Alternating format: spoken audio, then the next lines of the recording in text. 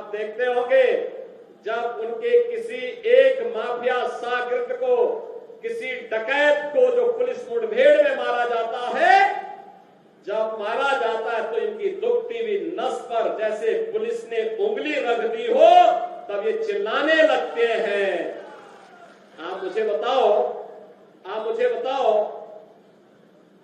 जो डकैत पुलिस मुठभेड़ में मारा गया,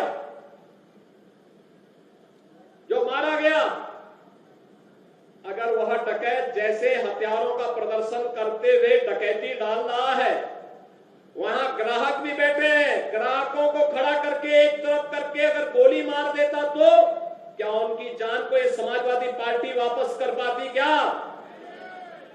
क्या? और वो किसी भी जाति के हो सकते थे।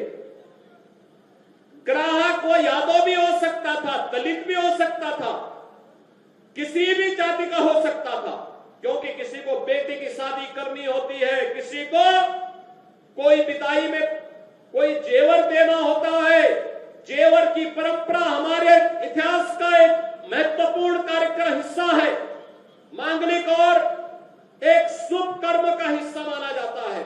और अगर जेवर खरीदने के लिए किसी शराब और किसी सुनार के घर में व्यवसायिक प्रतिष्ठान में कोई ग्राहक गया है और उस ग्राहक के साथ लूट हो, उस व्यापारी के साथ सरेआम लूट हो, डकैती डाल करके करोड़ों रुपए की डकैती डाल दी जाए, अगर डकैत हत्या करके भाग गया और पुलिस के पास सुराग नहीं मिलती तो यही लोग बोलते देखिए साहब अराजकता है।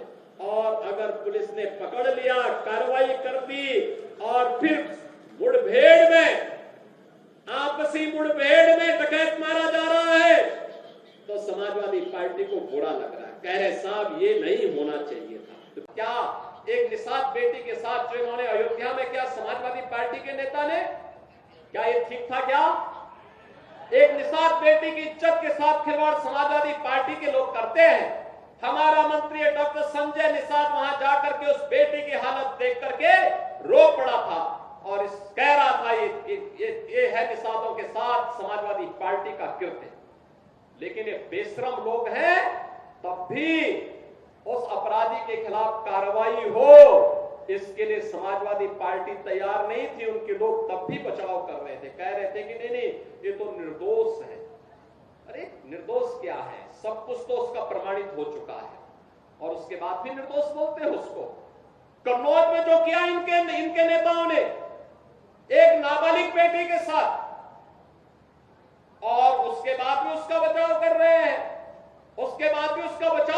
हैं, क्या ये सही था क्या जो कन्नौज में इनके नेता कर रहे थे? क्या ये सही था क्या? आज तो प्रमाणित हो चुका है कि इनके कृत्य क्या है। बहनों और भाइयों, यही समाजवादी पार्टी की वास्तविक पहचान है, क्योंकि ये लोग जब से सत्ता में आए थे लगातार यही काम करते थे, व्यापारियों को लूटते थे, बेटियों की इज्जत के साथ खिलवाड़ करते थे, गरीबों की जमीनों पर कब्जा करते थे, दबंगई के बल पर गरीबों की जमीनों को कब्जा करते थे। याद करिए जब मार्च 17 में सरकार बनी थी और सरकार बनते ही मैंने कहा था अगर किसी भूमाफिया ने किसी गरीब की, किसी व्यापारी की, किसी सरकारी जमीन पर कब्जा कर रखा है तो 24 घंटे के अंदर खाली कर ले। और मैं फिर कहूंगा कि अगर किसी माफिया ने किसी गरीब की, किसी किसान की, किसी अन्नदाता किसान की, किसी व्यापारी की जमीन पर कब्जा किया है, वे कृपया एक बार खाली कर ले। अगर खाली नहीं किया तो जो उसकी भी होगी उसको भी हम जब्त करके गरीब में बंटवाने का काम कर देंगे। मैं फिर कहूंगा ये माफियागिरी किसी भी स्थिति में नहीं चलने दी जाएगी। कानून का राज हो, सबको सुरक्षा मिलेगी, सबको योजनाओं का लाभ मिलेगा। लेकिन अगर कोई कानून को ठेगा दिखाने का काम करेगा तो उसका काम तमाम करने का काम भी सरकार करेगी और इसके लिए किसी भी हद तक जाकर के उसके दुस्साहस का जवाब देगी। क्या उत्तर प्रदेश के अंदर होता था 2017 के पहले? यही उत्तर उत्तर प्रदेश है जहां पर हर जिले में समाजवादी पार्टी और कांग्रेस के नेतृत्व में पलने वाले माफियाओं की समानांतर सरकारें चलती थी। यह अंबेडकर नगर में भी चलती थी। याद करिए, हिंदू जागरण मंच के अध्यक्ष, टाडा जनपद के ही निवासी, हमारे एक प्रमुख कार्यकर्ता की हत्या यहां होती है और कोई सुनवाई नहीं होती, कोई सुनवाई नहीं हो रही थी। तब भी मुझे आंदोलन करने के लिए अंबेडकर नगर जनपद में आना पड़ा था। तब भी हम लोगों ने आंदोलन किया था उस माफिया के खिलाफ और समाजवादी पार्टी की सरकार की अराजकता के खिलाफ।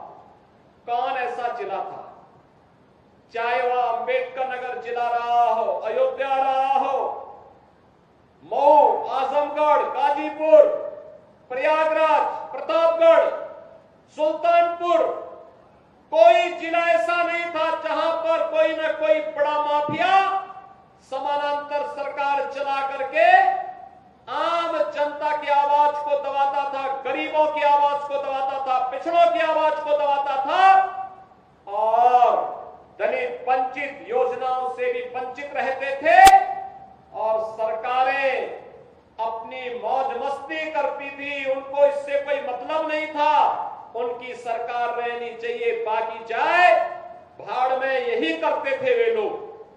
लेकिन 17 के बाद एक एक करके माफिया कहां चले गए ये भी आप सब जान रहे हैं। माफियाओं की छुट्टी हो गई, माफिया मुक्त उत्तर प्रदेश हो गया। जो लोग पर्व और त्योहार में विघ्न बाधा डालते थे, विघ्न बाधा समाप्त हुई। अब पर्व और त्योहार शांतिपूर्ण तरीके से मनाए जा रहे हैं।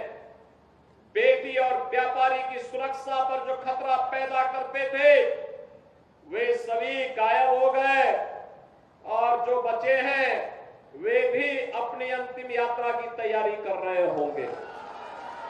बहनों और भाइयों, मैं तो केवल आपसे कहने के लिए आया हूं, मैं केवल आपसे कहने के लिए आया हूं कि रात जलती हुई बेटी के साथ किस प्रकार का व्यवहार होता था और किस प्रकार के वक्तव्य आते थे उस समय के मंत्रियों के, किस प्रकार के बेशर्मी पूर्ण वक्तव्य देते थे समाजवादी पार्टी के नेता। बहनों और भाइयों, ये किसी से छुपा हुआ नहीं है और इसीलिए मैं आज आपसे कहने के लिए आया हूं, एक बेटी तो सबकी बेटी होती है। उस बेटी का सम्मान और उसकी रक्षा पूरे समाज का दायित्व बनता है। लेकिन ये समाजवादी पार्टी इसका महत्व कहां समझ पाएगी। यहां तो गुंडों की भरपूर फौज खड़ी थी, उनको लेकर के लोग चलते थे, उनको अपना शागिर्द मानते थे। जो जितना बड़ा गुंडा और माफिया होता था, समाजवादी पार्टी में उतना बड़ा ओहदा उसको दे दिया जाता था और समाजवादी पार्टी के लोग इसी में गौरव से बोलते थे कि देखिए ये गुंडा हमारा इस जिले को संभालेगा। उनको नहीं पता था कि जनता अगड़ाई लेगी, एक गुंडे और माफिया एक एक करके यमलोक की यात्रा के लिए प्रस्थान कर जाएंगे और जनता जनार्दन के साथ अन्याय का हिसाब चुकता होगा।